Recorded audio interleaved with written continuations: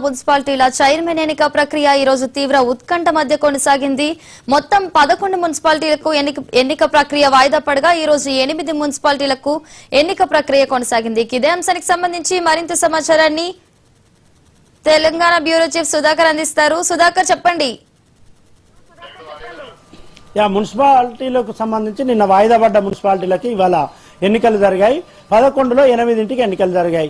8 కూడా మెజార్టీ మున్సిపాలిటీలు అంటే 6 మున్సిపాలిటీల వరకు కాంగ్రెస్ గెలుచుకుంది. కేవలం 1, 2 బీఆర్ఎస్ గెలుచుకుంది. అంటే ఇప్పటికే 84 మున్సిపాలిటీలను అధికారికంగా దక్కించుకున్న కాంగ్రెస్ పార్టీ ఇవాళ గెలిచిన 6టితో 90 మున్సిపాలిటీలు 116 మున్సిపాలిటీలకు ఎన్నికలు జరిగితే 90 మున్సిపాలిటీలను కాంగ్రెస్ పార్టీ కైవసం చేసుకుంది. ఇంకా 2 లేదా 3 మున్సిపాలిటీలకు ఎన్నికలు జరగాల్సి ఉన్నాయి. ఆ మున్సిపాలిటీలకు కూడా కాంగ్రెస్ పార్టీ దక్కించుకునే అవకాశం ఉంటుంది. అంటే 116లో 92 నుంచి 93 మున్సిపాలిటీలను కాంగ్రెస్ పార్టీ చేజిక్కించుకున్నట్టుగా భావించాల్సి ఉంటుంది. 7 కార్పొరేషన్లకు ఎన్నికలు జరిగితే 5 కార్పొరేషన్లను కాంగ్రెస్ పార్టీ గెలుచుకుంది. అదేవిధంగా నిజామాబాద్ కు సంబంధించి ఎంఐఎంతో కలిసి దక్కించుకుంది. కేవలం ఒక కరీంనగర్ కార్పొరేషన్ మాత్రమే భారతీయ జనతా పార్టీ దక్కించుకుంది. మిగతా 5 చోట్ల స్వతంత్రంగా కాంగ్రెస్ పార్టీ గెలుచుకుంటే నిజామాబాద్ ఒకటి ఎంఐఎంతో కలిసి గెలుచుకుంది. అంటే మున్సిపల్ కార్పొరేషన్ ఎన్నికల్లో కాంగ్రెస్ పార్టీ విజయ డంకా మోగించింది. కాంగ్రెస్ పార్టీ దూసుకుపోయింది. ఇటీవల జరిగిన సర్పంచ్ ఎన్నికల కంటే కూడా మెజారిటీ ఎక్కువగా వచ్చింది కాంగ్రెస్ పార్టీకి. మనం గతంలో చెప్పుకున్నట్టు గ్రామ పంచాయతీ ఎన్నికల్లో గ్రామీణ ప్రాంత ఓటర్లు కాంగ్రెస్ పార్టీని ఆశీర్వదించారు. కాబట్టి వెంటనే మున్సిపల్ ఎన్నికల ద్వారా పట్టణ ప్రాంత ఓటర్ల అభిప్రాయాన్ని లేకుంటే పట్టణ ప్రాంత ఓటర్ల నాడిని తెలుసుకోవాలని ప్రభుత్వం భావించింది. అందుకు అనుగుణంగా మున్సిపల్ కార్పొరేషన్ ఎన్నికలు పెట్టింది.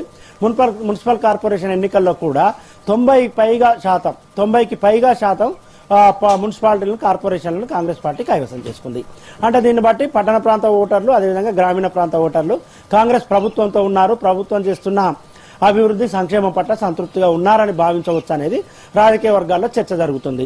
గత కొంతకాలంగా చూస్తున్నా ముఖ్యమంత్రి రేవంత్ రెడ్డి పైన తీవ్రమైన విమర్శలు చేశారు. రేవంత్ రెడ్డి పరిపాలన అస్తవ్యస్తంగా ఉంది. ఆయనకు ప్రభుత్వం పైన పట్టు లేదు. మంత్రివర్గం ఆయనకు సహకరించట్లేదు. లేదంటే ఢిల్లీలో ఆయనకి అపాయింట్మెంట్లు ఇవ్వట్లేదు. లేకుంటే ఆర్థిక పరిస్థితి బాగలేదని ఏకంగా ముఖ్యమంత్రి చెప్తున్నారు. ఇవన్నీ చెప్తున్న నేపథ్యంలో తెలంగాణ ప్రజలు ఆయనను తిరస్కరిస్తున్నారు. ఆయన పైన వ్యతిరేకంగా ఉన్నారనే వార్తలను బలంగా ఏదైతే ప్రధాన ప్రతిపక్షమైన బీఆర్ఎస్ చేయగలిగిందో ఆ వార్తలన్నీ కూడా లేకుంటే ఆ ప్రచారం అంతా కూడా ఎన్నికల ద్వారా కొట్టుకుపోయినట్టుగా మనం భావించాల్సి ఉంటుంది. మున్సిపల్ కార్పొరేషన్ ఎన్నికలు కాంగ్రెస్ పార్టీకి మరింత ఊపునిస్తాయి. కాంగ్రెస్ పార్టీ శ్రేణులను మరింత బలంగా ప్రజలలోకి వెళ్లేటట్టు చేస్తాయి. కాంగ్రెస్ పార్టీ శ్రేణులలో ఆత్మవిశ్వాసాన్ని నింపుతాయని చెప్పొచ్చు. అందులో భాగంగానే త్వరలోనే అవసరం అనుకుంటే ఈ నెల 23వ తేదీన పరిషత్ ఎన్నికలు ఎంపీటీసీ జెడ్పీటీసీ ఎన్నికలకు కూడా ప్రభుత్వం పోబోతుంది. 23వ తేదీన నోటిఫికేషన్ కూడా వస్తుందని ఒక ప్రచారం అయితే జరుగుతుంది. చూడాలి, ఒకవేళ ఎంపీటీసీ జెడ్పీటీసీ ఎన్నికలను కూడా వెంటనే పెడతారా పెట్టరా అనేది కూడా చూడాల్సి ఉంటుంది. అవి పెట్టినట్లయితే జిల్లా పరిషత్తులు ఎన్నికలు జరుగుతాయి. అదేవిధంగా ఎంపీటీసీలకు మండల పరిషత్లకు ఎన్నికలు జరుగుతాయి. ఎంపీటీసీ జెడ్పీటీసీల ఎన్నిక కూడా ఉంటుంది. అప్పుడు కూడా మళ్ళీ ప్రభుత్వంలో అదే కాంగ్రెస్ పార్టీ ఉంది కాబట్టి మెజారిటీ జిల్లా పరిషత్తులు అదేవిధంగా మండల పరిషత్లన్నీ కూడా కైవసం చేసుకునేందుకు కాంగ్రెస్ పార్టీ ముందుకు పోతుంది. వాటన్నింటికి మున్సిపాలిటీ కార్పొరేషన్ ఎన్నికలు ఉపయోగపడతాయని మనం చెప్పొచ్చు. దీంతో పాటు ఇవాళ వాయిదా పడిన వాటిలో కూడా ఒకవైపు ప్రజా తీర్పు కాంగ్రెస్ కు అనుకూలంగా వచ్చింది. మరొక వైపు లాటరీ పద్ధతిలో కూడా కాంగ్రెస్ కు కలిసి వచ్చింది. లాటరీ పద్ధతిలో జరిగిన ఎన్నికలలో కూడా Congress party chairman vice chairman ను దక్కించుకున్నాయి. కాంగ్రెస్ పార్టీ తొర్రూరులో లాటరీ పద్ధతి ద్వారా ఎన్నిక జరిగితే కాంగ్రెస్ చైర్మన్ వైస్ చైర్మన్ గెలుచుకుంది. జనగాంలో లాటరీ పద్ధతి ద్వారా ఎన్నిక జరిగితే chairman Congress vice chairman BRS గెలుచుకున్నాయి. అంటే ఈ రకంగా ఒకవైపు ప్రజల నుంచి ఆశీర్వాదం ఉంది. అదేవిధంగా లక్కీ డిప్ ద్వారా వస్తే కూడా కాంగ్రెస్ పార్టీకి అదృష్టం వరించింది. కాబట్టి 2 రకాలు కూడా కాంగ్రెస్ కలిసి వస్తున్న కాలం ఇది. కాంగ్రెస్ పార్టీకి చాలా అదృష్ట కాలంగా లేకుంటే కలిసి వస్తున్న కాలంగా దీన్ని మనం చూడాల్సి ఉంటుంది. బీఆర్ఎస్ 17 చోట్ల ఆగిపోయింది. 17 మున్సిపాలిటీలను దక్కించుకుంది. కాబట్టి 17 చోట్లనే అది బీఆర్ఎస్ ఆగిపోయింది. 2020లో జరిగిన ఎన్నికల్లో 117 మున్సిపాలిటీలు ఉంటే 110 మున్సిపాలిటీల వరకు బీఆర్ఎస్ గెలుచుకుంది 2020లో. కాలక్రమేణా కాలం తిరిగి వచ్చింది, కాలచక్రం తిరిగింది. 2026లో 17 స్థానాలకు పరిమితమైంది బీఆర్ఎస్.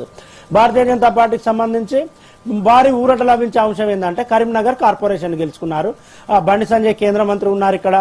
ఆయన పట్టు వదలని విక్రమార్కుల్లా ప్రయత్నించారు.